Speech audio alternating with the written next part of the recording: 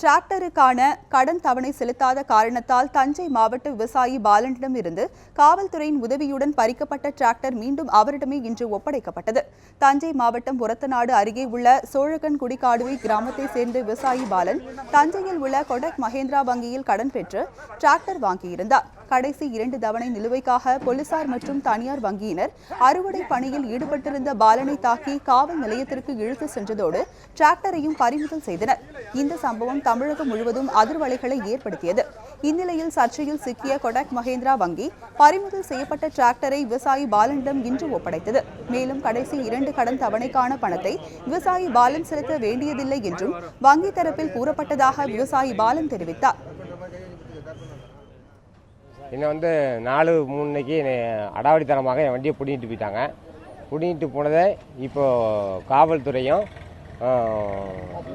விவசாய சங்கமும் சேர்ந்தும், அது மட்டுமல்லாது அனைத்து தோழர்களும் சேர்ந்தும் இந்த சாவியை என்கிட்ட வாங்கி கொடுத்துருக்காங்க.